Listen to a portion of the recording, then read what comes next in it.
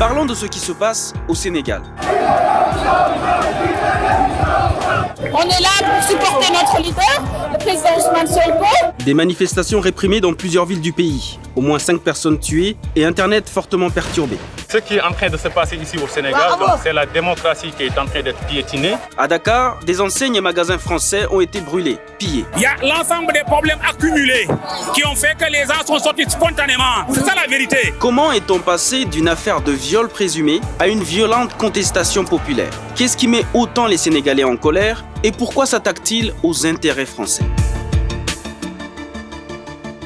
Tout part d'une plainte pour viol et menace de mort déposée le 2 février 2021. La plaignante, Adji Sarr, 20 ans et employée d'un salon de massage de Dakar. L'accusé, Ousmane Sonko, 46 ans, leader du Parti patriote du Sénégal pour le travail, l'éthique et la fraternité. Le jeune opposant incarne pour beaucoup de jeunes Sénégalais le franc-parler et la rupture avec le néocolonialisme. C'est nous qui assurons notre stabilité, c'est pas la France. Donc tous ceux qui disent que le franc CFA, c'est des histoires. En moins d'un mois, le challenger anti-système va perdre son immunité parlementaire le 26 février 2021. Convoqué par un juge d'instruction, il sera arrêté le 3 mars 2021 avant même d'arriver au palais de justice. Cette fois-ci, on l'accuse de trouble à l'ordre public et participation à une manifestation non autorisée. Il a d'autre part, par des messages répétés, lancé des appels à la violence, à l'insurrection et à l'affaiblissement de l'autorité de l'État. Le 8 mars 2021, Ousmane Sonko est remis en liberté, mais sous condition. Il a obligation de remettre son passeport aux autorités et ne doit évoquer l'affaire dans les médias. Il reste par ailleurs inculpé pour viol présumé. Aussitôt libre, le jeune opposant est passé à la vitesse supérieure, tandis que le président joue à la carte de l'apaisement. Tous ensemble, taisons nos rancœurs et évitons la logique de l'affrontement qui mène au pire. Lui, il parle de révolution et appelle à poursuivre les manifestations. Il faut garder cette mobilisation. Il faut qu'elle soit beaucoup plus importante même. Mais il faut surtout qu'elle soit pacifique. Pour ses partisans, il n'y a aucun doute. Cette affaire de viol n'est qu'une machination pour l'écarter du jeu politique. Il est clair que l'état de droit a cédé la place à un état répressif, avec des méthodes que le Sénégal n'a jamais connues. Pourquoi les partisans de Sonko parlent de complot politique ? Pour le savoir, il faut se rappeler d'une courte phrase prononcée le 16 avril 2015 par l'actuel président. À l'époque, il reçoit des personnalités politiques qui ont rejoint son camp. Nous allons réduire l'opposition à sa plus simple expression. Entre 2013 et 2021, 6 de ses opposants ont perdu leur immunité parlementaire et entre 2015 et 2019, 2 de ses adversaires politiques se sont retrouvés devant la justice, puis derrière les barreaux. Il s'agit notamment de Karim Wade, le fils de l'ancien président Abdoulaye Wade, et de Khalifa Sall, l'ancien maire de Dakar. Et après leur condamnation, tous les deux ont été exclus des listes électorales. Tout le monde a compris que c'était politique.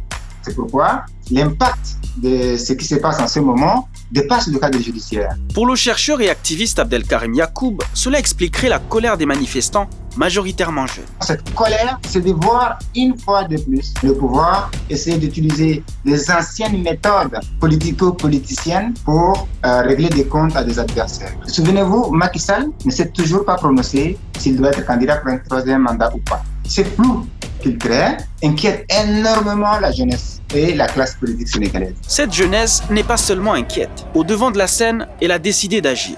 Nous nous sommes battus pour cette démocratie et nous nous battrons toujours pour que cela règne dans notre pays. En la mémoire des victimes de la contestation, l'opposition et la société civile, réunies au sein du mouvement de défense de la démocratie, M2D, ont appelé à suspendre les manifestations le 9 et 10 mars, puis à une journée de deuil national le 12 mars 2021. Pour marquer cette journée, le M2D appelle les Sénégalaises et Sénégalais à s'habiller en blanc, mettre des foulards blancs sur les devantures des maisons, sur les véhicules. Mais le mouvement de contestation appelle à une nouvelle manifestation, place de la Nation, le samedi 13 mars 2021. Et s'il ne veut rien lâcher, c'est bien pour une raison. C'est tous ces citoyens qui ont soif de démocratie, d'état de droit, de liberté. C'est tous ces citoyens qui voient cette insolence d'un pouvoir, ces gens qui s'enrichissent en 2, 3, 10 ans et qui sont d'une telle insolence devant les médias. C'est contre ça que ces citoyens s'insurgent. Pour mieux comprendre pourquoi, malgré tout, les jeunes protestent, il faut aussi prendre en compte un autre petit détail. Le Sénégal traverse une période très difficile en période Covid. On a vu que les citoyens étaient à bout. Il n'y a pas eu de mesures d'accompagnement qu'il faut et la souffrance était énorme. On sentait la grogne monter dans la population.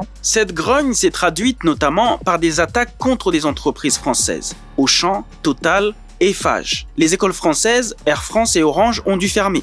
Alors pourquoi les manifestants s'attaquent aux enseignes françaises? Abdelkarim répond. Macky Sall, Ouattara et d'autres présidents font partie du club de présidents qui sont considérés, vus comme soutenus par la France ou qui ne jouent pas le jeu du panafricanisme comme l'aurait souhaité cette jeunesse pour pouvoir se libérer du reste du colonialisme qui existe encore. Et le gouvernement, que pense-t-il de tout ça? Pour le ministre sénégalais de l'Intérieur, il s'agit d'actes de nature terroriste. Il condamne des saccages et des pillages et le 5 mars 2021, il promettait de ramener le calme. Toutes les personnes auteurs d'actes criminels seront recherchées, arrêtées, poursuivies et traduites devant la justice. Dans ces circonstances, le gouvernement appelle les populations au calme, à la sérénité et à l'apaisement. Mais d'où viendra cet apaisement entre une jeunesse en colère et un gouvernement prêt à user de force pour la calmer?